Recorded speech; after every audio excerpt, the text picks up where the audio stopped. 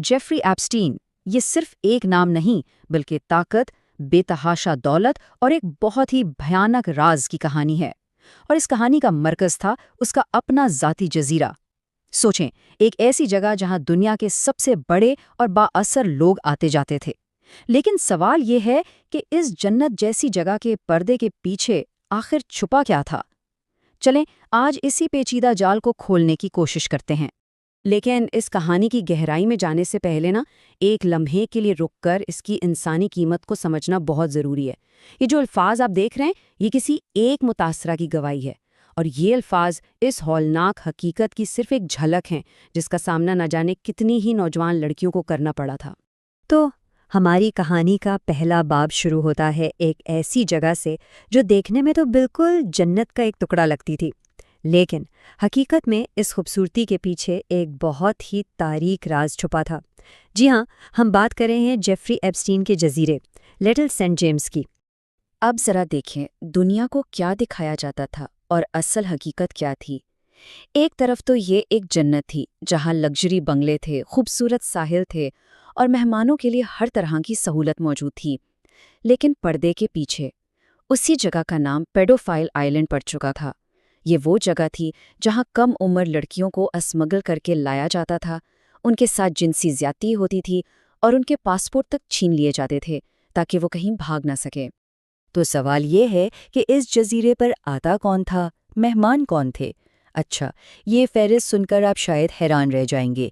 इसमें शाही खानदान के लोग भी थे, साइंस की दुनिया के बड़े नाम भी, और सियासत के तो सबसे ऊंचे दर्जे के लोग, जैसे कि ब्रितानी शहजादा Andrew, Steven Hawking, Bill Clinton और यहाँ तक कि डोनाल्ड ट्रंप भी। ये सभी लोग किसी न किसी हवाले से एप्स्टीन के इस जजीरे से जुड़े हुए थे।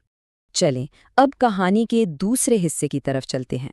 यहाँ हम ये समझने की कोशिश करेंगे कि आखिर ऐसा क्या हुआ कि सबूतों का पहाड़ होने के बावजूद इंसाफ अपनी राह से भटक गया और एक ऐसा खुफिया मुआहदा सामने आया जिसने सबको हिला कर रख दिया। देखें, ये सब शुरू हुआ 2005 में, जब एक 14 साला लड़की ने शिकायत दर्ज करवाई। सिर्फ एक साल के अंदर यानी 2006 तक पाम बीच पुलिस और फिर FBI ने दर्जनों मुतासिरीन को ढूंढ निकाला। केस बहुत मजबूत था, सबूत मौजूद थे, लेकिन फिर 2008 में अचानक पर्दे के पीछे एक खेल खेला गया। विफाकी अटर्नी अलेक्जेंडर एकोस्टा ने एप्स्टीन के वकीलों के साथ एक खुफिया डील कर ली। और ये कोई मामूली डील नहीं थी। इसकी शर्तें सुनकर लगता है जैसे इंसाफ का मजाक उड़ाया जा रहा हो। इस डील ने न सिर्फ जेफरी एप्स्टीन को बल्कि उसके साथ मुलव्वस हर शख्स को मुस्तकबिल के तमाम इल्जामात से मुकम्मल तौर पर बचा लिया। और सबसे बुरी बात जानते हैं क्या थी? ये सारा मुआयबा मुतासरीन से बिल्कुल खुफिया रखा गया था, उन्हें कानो कान खबर नहीं होने दी गई। तो इतने संगीन इल्जामात के बाद सज़ा क्या मिली? सिर्फ 18 महीने। और सुनिए, ये कोई आम कैद भी नहीं थी। उससे तो जेल से बाहर अपने दफ्तर जाने की इजाज़त थी। रोज़ाना 12 घंटे, हफ्ते में 6 दिन। ये सज़ा कम और मजाक ज़्यादा लग रहा था। इस डील के बाद कई सालों तक ये मामला जैसे ठंडा पड़ गया, सब कुछ दब गया। लेकिन फिर एक तहकीकाती सहाफ़ी ने इस केस को दोबारा जिंदा करने की ठानी। तो अब हम कहानी के उस हिस्से में दाखिल हो रहे हैं जहां सहाफ़त अपना किरदार अदा करती है। साल था 2018 और मियामी हेराल्ड की एक सहाफ़ी जूली के ब्राउन ने एक धमाका खेज सीरीज़ शाया की जिसका नाम ही था परवर्जन ऑफ जस्टिस, यानी इंसाफ का कत्ल। इसी सीरीज़ ने इस खुफिया डील का पर्दाफाश किया और इस भूली बिसरी कहानी को एक बार फिर पूरे मुल्क की तवज्जो का मरकज़ बना दिया। और जूली की इस रिपोर्टिंग का असर कितना बड़ा था।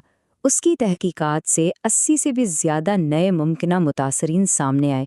बस फिर क्या था, अवाम में गुस्से की एक लहर दौड़ गई और हुकाम पर इतना दबाव पड़ा कि उन्हें ये केस दोबारा खोलना ही पड़ा।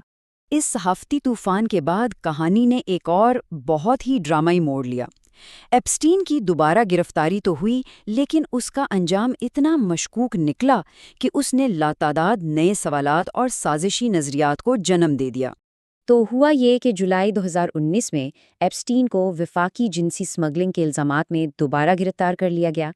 इस बार इसे 45 साल तक की कैद हो सकती थी, लेकिन मुकदमा शुरू होने से पहले ही 10 अगस्त 2019 को वो अपने जेल के सेल में मुर्दा पाया गया। سرکاری رپورٹ کے مطابق یہ ایک خودکشی تھی۔ اب اس معاملے نے جلد ہی ایک سیاسی رنگ بھی اختیار کر لیا۔ ایک طرف ڈونلڈ ٹرمپ نے وعدہ کیا تھا کہ میں ایپسٹین فائلز کو ڈی کلاسیفائی کروں گا، لیکن پھر ان کا موقف بالکل بدل گیا اور انہوں نے اسی معاملے کو ڈیموکریٹس کا ایک نہ ختم ہونے والا دھوکہ قرار دے دیا۔ یہ ایک بہت بڑا سیاسی یو ٹرن تھا۔ اور اب ہم آتے ہیں کہانی کے آخری باب کی طرف، یعنی وہ فائلیں جن کا سب کو بے صبری سے انتظار تھا، لیکن جب وہ سامنے آئیں تو جوابات سے زیادہ مایوسی لے کر آئیں۔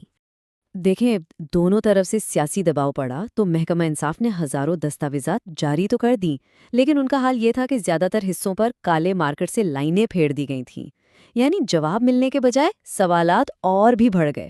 لیکن ان فائلوں میں سے جو تھوڑی بہت معلومات سامنے آئیں وہ کافی حیران کن تھیں۔ ان میں دوسروں کے مقابلے ڈونلڈ ٹرمپ کے خلاف کچھ نقصان دہ باتیں سامنے آئیں، جیسے ایک لیموزین ڈرائیور کی گواہی۔ لیکن شاید سب سے زیادہ چونکا دینے والی بات یہ ہے، یہ جو چند ہزار فائلیں سامنے آئیں نا، یہ تو کچھ بھی نہیں۔ اصل میں 10 لاکھ سے بھی زیادہ دستاویزات، یعنی ملین سے زیادہ ڈاکیومنٹس ابھی تک خفیہ ہیں، عوام سے دور۔ اس کا مطلب تو سیدھا سا ہے کہ پوری کہانی اب بھی کسی کو معلوم نہیں ہے۔ تو آخر میں ہم سب کے ذہن میں یہی ایک بڑا سوال رہ جاتا ہے کہ ان لاکھوں فائلوں میں آخر اور کون کون سے طاقتور نام چھپے ہوئے ہیں؟ یہ ایک ایسا سوال ہے جو اس پورے اسکینڈل کے بارے میں بہت گہرے شکوک و شبہات پیدا کرتا ہے اور ہمیں سوچنے پر مجبور کرتا ہے کہ سچائی کا کتنا حصہ ابھی پردے کے پیچھے